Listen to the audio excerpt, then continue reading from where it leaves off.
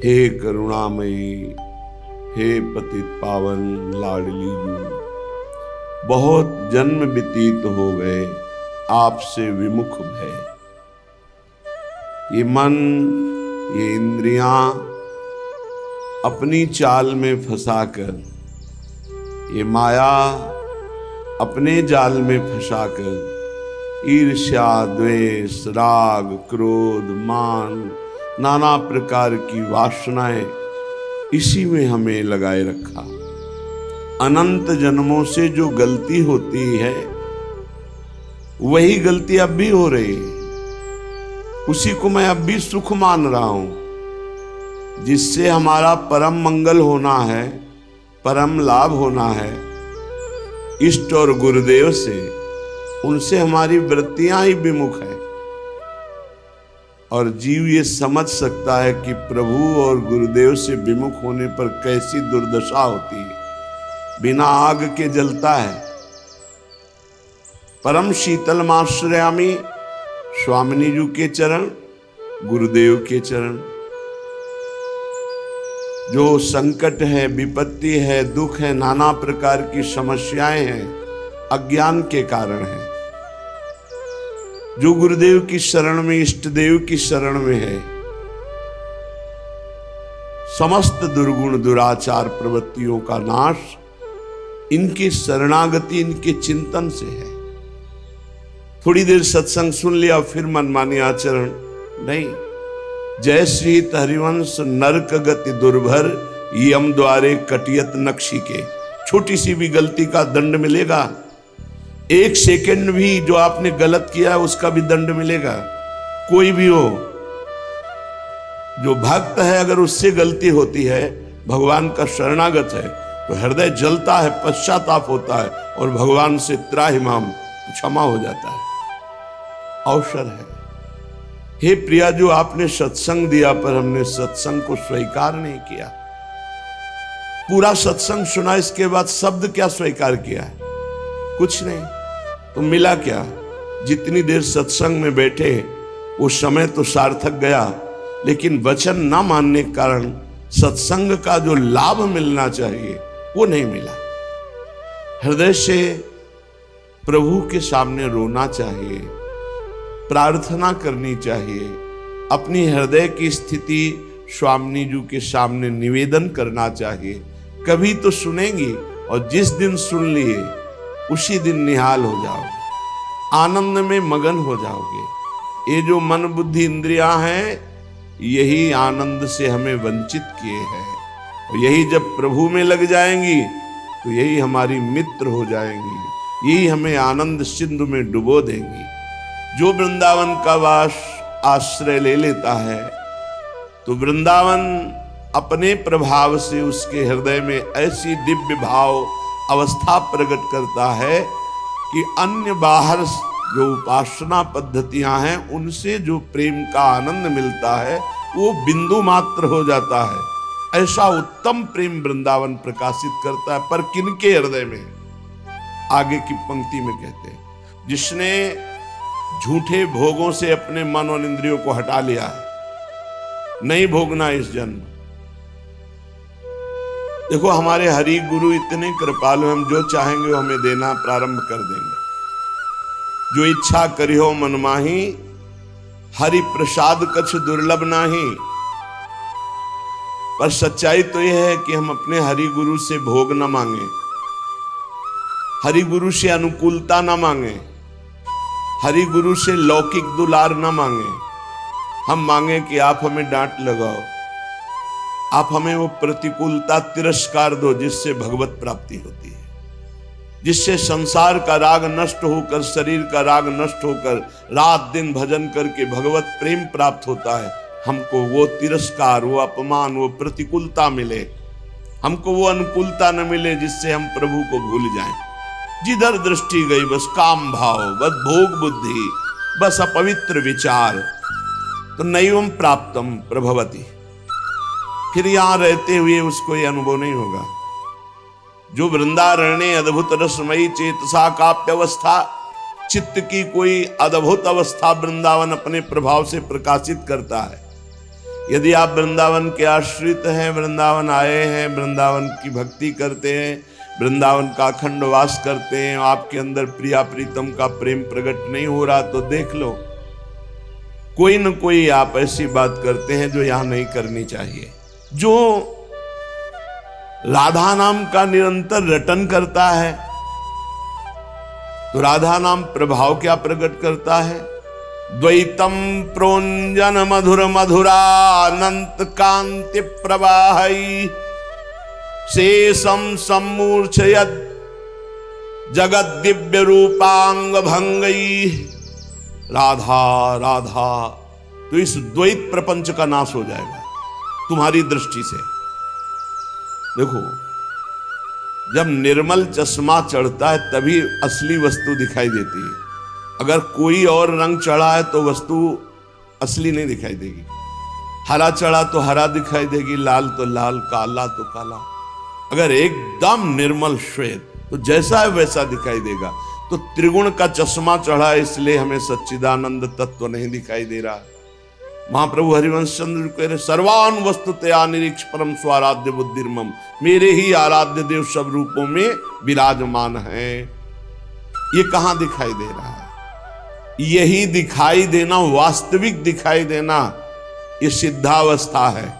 और जब तक साधक इसका चिंतन नहीं करता, विचार नहीं करता, तब तक साधन ही नहीं बन सकता। सब साधनाओं का पहला फल है सर्वत्र भगवत बुद्धि होना। जैसे गोस्वामी जी की जड़ चेतन जग जीव जत सकल राम मैं जानी, बंदो सबके पद कमल सदा जोरी जुग पानी। जड़ चैतन्य जितना कुछ सब राम जी हैं। गोस्वामी तुलसीदास जी देख रहे हैं, ये कह रहे हैं मैं केवल मानकर नहीं कर रहा, जानकर मुझे दिखाई दे रहा है। ये बात कैसे समझ में आएगी? कैसे हम जानेंगे कि श्री भगवान सब रूपों में है? भगवान कृपा करते हैं और ये ज्ञान भगवान देते हैं।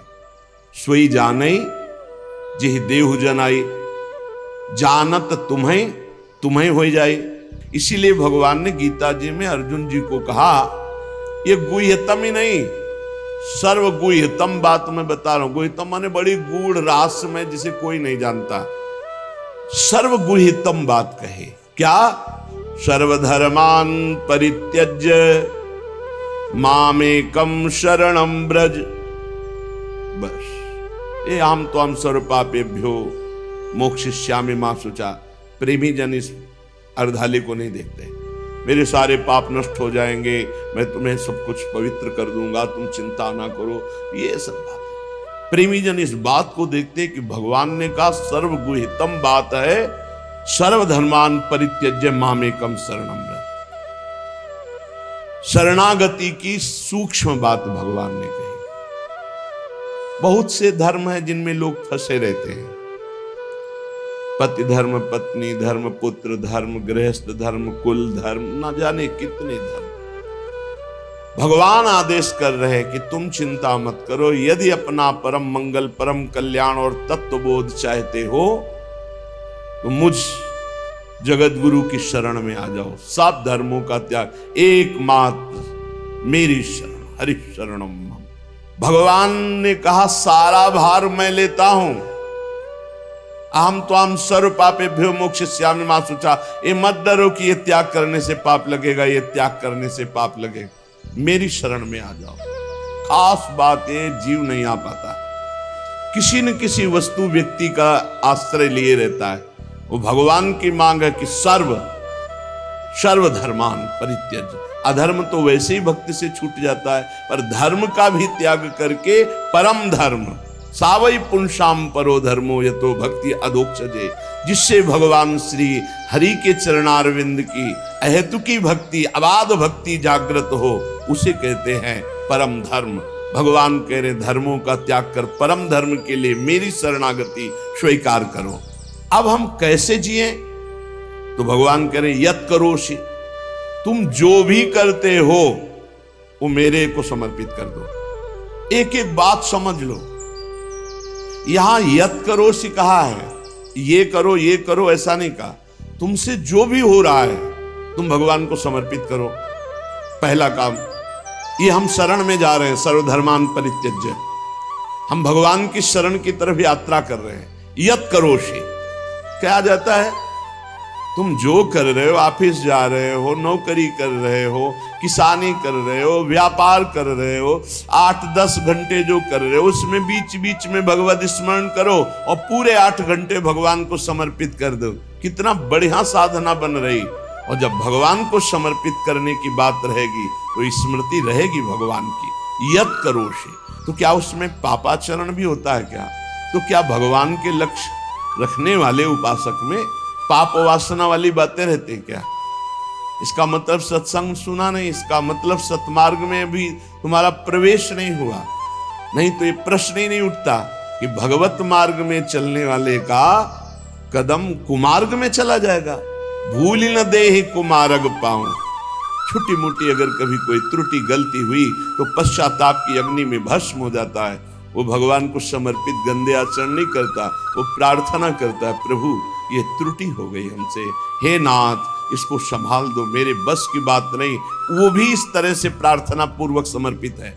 यत करोषि और यदशनासि, जो भी तुम्हारी जिह्वा में रसेंद्री में जाए, पानी जाए, भोजन जाए, बिना भगवान को अर्पित किए नहीं जाना चाहिए। अभी शरणागति पुष्ट हो जाएगी। ऐसा खाओ मती जो भगवान को अर्पित नहीं कर सकते, ऐसा करो मती जो भगवान को अर्पित नहीं कर सकते। ददाशी, जो तुम दान देते हो, दूसरों की सेवा करते हो, उसके भोक्ता मत बनो, कर्ता मत बनो। कर्ता कैसे नहीं बनोगे? हमारी वस्तु हम दान देते हैं, नहीं, प्रभु की वस्तु है। तो दियम वस्तु गोविंदम तुभ्यमेव समर्पय, आपकी दी हुई वस्तु आप इस रूप में आए, आपको दे दे। ये भगवत शरणागति पुष्ट होने का उपाय भगवान कह रहे। अब ध्यान रखना, अब अपनी कमी की चिंता नहीं करनी, क्योंकि हमने भगवान को सब कुछ अर्पित कर, और कमी रहेगी नहीं। कमी रहती है अहंकार के कारण, भगवत विमुक्ता के कारण। फिर भी आपको संतुष्ट करने के लिए कह रहे हैं कि जैसे हम अपना मकान किसी को दे देते हैं तो मकान में जाले लगे हैं या टूटा है या कुछ भी बिगड़ा है, अब ये सारी जिम्मेवारी जिसने मकान खरीद लिया ले लिया उसकी होती है। वो मरम्मत करवाएगा, वो सफाई करवाएगा। ऐसे ही हम अपने तन को, अपने मन को, अपने प्राणों को, अपने जीवन को जीवननाथ प्रिया प्रीतम के चरणों में समर्पित कर दिया। अब हमको बेपरवाह रहना है इस विषय से। अब हमारा क्या होगा हमको ये चिंता नहीं करनी। अगर चिंता है तो शरणागति नहीं हुई।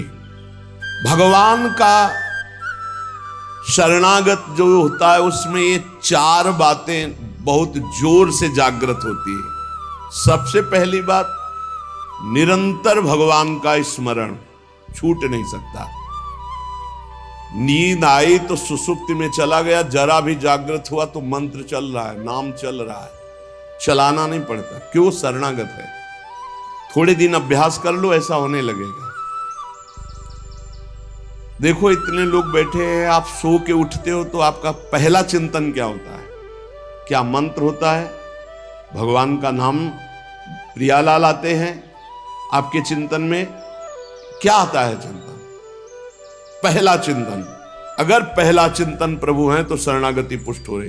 सो के उठे, चल क्या रहा है? अगर प्रभु नहीं तो अभी शरणागति नहीं। पहला लक्षण। निरंतर भजन क्यों नहीं होता? इसका उत्तर है आपका कोई अन्य आश्रय है। कोई है व्यक्ति, वस्तु, स्थान, पदार्थ, पद, कुछ है जिसको तुम भजन से भी अधिक मानते हो, प्रभु से भी अधिक मानते हो, इसीलिए आपका भजन नहीं होता। जो सर्वतोभावेन शरणागत है, भजन करना नहीं पड़ता, भजन होता है। चलना प्रदक्षिणा होती, बोलना स्तोत्र होता है, सोना समाधि होती है, भोजन पाना ही यज्ञ होती है, हर चेष्टा उनकी भजन होती है। दूसरा, अपने प्रभु से कुछ ना चाहें, यहां तक कि मोक्ष भी ना चाहें। क्यों चाहें? क्या आप जानते नहीं हो कि क्या करना है? सर्वज्ञ हो, जब जो चाहे करो, हम राजी हैं। तीसरा, प्रभु के हर विधान में आनंदित होना। प्रभु के हर विधान में आनंदित कौन होता है? शरणागत। नहीं तो विधान की जांच होती है, अनुकूल है कि प्रतिकूल। प्रतिकूल है तो नो नो नो। ये जो कच्चाई होती है शरणागति में, वो भरभरा जाता है, शोकित हो जाता है, इधर उधर डगमगा के आश्रय लेने लगता है। हर विधान उनका मंगलमय। चौथा, भगवान के किसी भी विधान में विरोध भाव ना करना। भगवान के प्रत्येक विधान में आनंदित रहना, भगवान के किसी भी विधान में विरोध न करना। जो किया अच्छा हो रहा है, ये बहुत हाहाकार मचने वाला ऐसा नहीं, जो प्रभु का विधान है वो मंगलमय, सब मंगलमय। 4 बातें शरणागति में आती। निरंतर भजन, किसी भी तरह की भगवान से कोई शर्त चाह नहीं, उनके हर विधान में आनंदित रहना, भगवान के विधान को प्रतिकूल मान करके विरोध भाव नाना, विपरीत भावना नाना, त्वाम प्रपन्नम। भगवान का सर्व समर्पण भाव ही सब दिव्यताएं जागृत करता है। भगवान के प्रति जितना समर्पित होते जाओगे उतने दिव्य ज्ञान होता चला जाएगा, और जो चीजें आपकी दुर्गति कराने वाली वो सब भस्म होती चली जाएंगी।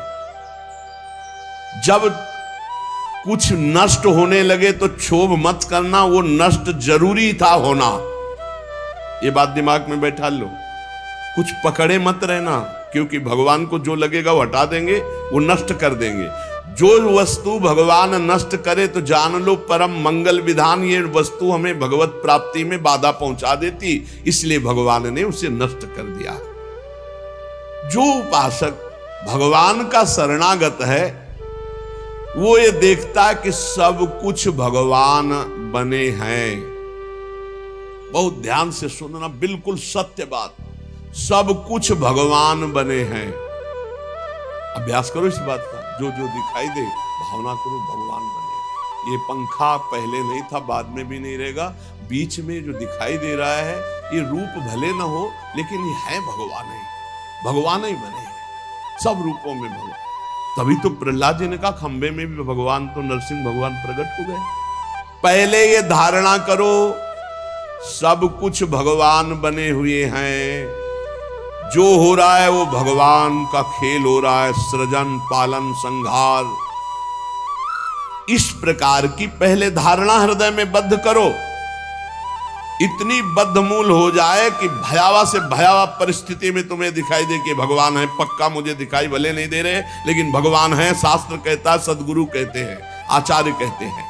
ये पता लगाना चाहिए साधक को, कितने अंश में राग द्वेष कम हुआ है, घट रहा है या बढ़ रहा है। साधक अपने मन की स्थिति के अनुसार ठीक ठीक देख सकता है। बड़े से बड़ा सुख आने पर साधक के हृदय में हर्ष नहीं होना चाहिए, अनुकूलता मान सुख, और बड़े से बड़ा दुख प्रतिकूलता अपमान होने पर क्षोभ नहीं होना चाहिए। अकस्मात आपको सूचना मिलती भारी आपका मंगल होने वाला, कोई ऐसी घटना, वो आपकी मुस्कुराहट में कोई फर्क ना पड़े, आप साधु हो, आप साधक हो, भारी से भारी विपत्ति की सूचना मिलने पर आपके चित्त में क्षोभ हलचल नहीं होनी चाहिए। क्यों? भगवान का संहारात्मक खेल हो रहा है, मन की स्वीकृति का सारा खेल। शरीर में चोट है और मन नहीं चोट स्वीकार किया तो आनंद मगन है, पक्का पक्का। तभी कहते हैं मन को इतना कमजोर मत करो। मन कहाँ है? कृपा निधान श्री लाडली जू लालजू के पास। अब उनके सुख में मगन है तो मन स्वस्थ है, तो शरीर अस्वस्थ होते हुए भी वो स्वस्थ से भी ज्यादा चटक है, चैतन्यता है, पक्का। हर समय एक ओज रहता है, एक एक अंग में एक अपार उत्साह आनंद रहता है प्रकट में। आप क्या समझते हो? मन का सारा खेल है। जैसे बिल्कुल समझना, सामने वाला विदेशी भाषा में गाली दे रहा, हमें गाली दे रहा। कई ऐसी हमारे देश की भाषाएं जो हमको ज्ञान नहीं है, अब वो हमको हमारी भाषा में खूब गाली दे, हमारी भाषा में, तो हमारा मन स्वीकार करे ये गाली दे रहा है, लेकिन अपनी भाषा में गाली दे हमको, हमें पता नहीं क्या कर रहा है। गाली दे रहा है यद्यपि, पर मन स्वीकार नहीं कर रहा, क्योंकि जान ही नहीं रहा गाली दे रहा, तो कोई परेशानी नहीं है। परेशानी स्वीकृति से, जहां हमारी भाषा में गाली दी, हमारे समझ में आया इसे गाली कहते हैं, बस वो हमारे मन दुखी हो गया, ये हमें गाली दे रहा है। सारा खेल मन की स्वीकृति का है। अतएव अस्वीकार करना ही दुख से बचना है। अस्वीकृति, संसार के मान की, अपमान की, निंदा की, स्तुति की अस्वीकृति। कैसे? जिसके पास जो चीज है वो देता है, हमारा मन आया लिया, हमारा मन आया नहीं लिया। हम प्रभु को जब समर्पित हैं, बहुत ध्यान देने, तो प्रभु कैसा बर्ताव करवा रहे हैं, वो बरतें जैसा चाहे हमें। ये बड़ी मस्ती का विषय है ये बाबागिरी। भगवत मार्ग चाहे गृहस्थी में, चाहे बड़ी मस्ती का विषय है। हम भगवान के भक्त होकर के भगवान के आनंद की आशिकी में, और हमको मान अपमान, लाभ हानि, चिंता सुख, इसका मतलब है अभी रंग नहीं चढ़ा। अतएव हमको भगवान के हर विधान में राजी रहना है। जब हम किसी को देखते हैं कि ये बड़ा राक्षस है, तो हमारे दिमाग में पहले राक्षस आता है, हमारे दिमाग में धारणा बनती है, तब हम उसको देखते हैं राक्षस। ऐसे हम जब किसी को देखते हैं कि तो भगवान का साक्षात, तो हमारे दिमाग में पहले भाव आता है भगवान का। हमको अपने दिमाग को ठीक करना है, हमें अपनी मानसिकता ठीक करनी, यही साधना है। निरंतर जो मेरा चिंतन करता है, चित्त जब भगवान में लगा हुआ है, तो फिर काम, क्रोध, लोभ, मोह, मद, मत्सर, इनकी गुंजाइश नहीं रह जाती। उपासक जो आज सत्संग हुआ उसको समझे कि हमारे जीवन की साधना का फल है। जितना विक्षेप है वो सब एक साथ अगर आ जाए तो भी हम विचलित ना हो, शांत रहें। इसके लिए हमें शरणागति के लिए यत् करो, शिव भगवान कहते, जो करते हो यदर्नाश, जो खाते हो, जो दान देते हो, जो तपस्या करते हो, वो सब मेरे को समर्पित कर दो। उसके परिणाम में तुम्हारा अहम समर्पित होगा। अहम समर्पित होते ही दिव्य अनुभव भगवान तुम्हें करा देंगे। भगवान की कृपा से तत्व ज्ञान होता है, भगवान की कृपा से प्रेम होता है, भगवान की कृपा से इस माया से हमारा उद्धार होता है। तो जो हम सुने उसका मनन करें। 4 बातें फिर दोबारा सुन लीजिए। शरणागति में पहला, सबसे निरंतर अपने इष्ट देव का भजन। दूसरा, हम अपने इष्ट देव से कोई शर्त न रखें, कोई चाह न। तीसरा, इष्ट देव के द्वारा किए हुए हर विधान में हम आनंदित रहें। चौथा, भगवान के किसी भी विधान में प्रतिकूलता का विपरीत भाव करके हम अन्य आश्रय न ले, किसी से शिकवा शिकायत न करें, चुपचाप सह जाए। भगवत प्राप्ति निश्चित है। शरणागति ही पूर्ण भगवत प्राप्ति है। इसी से साफ बोध हो जाता है। शेष चर्चा आगे। श्री राधा वल्लभ लाल की।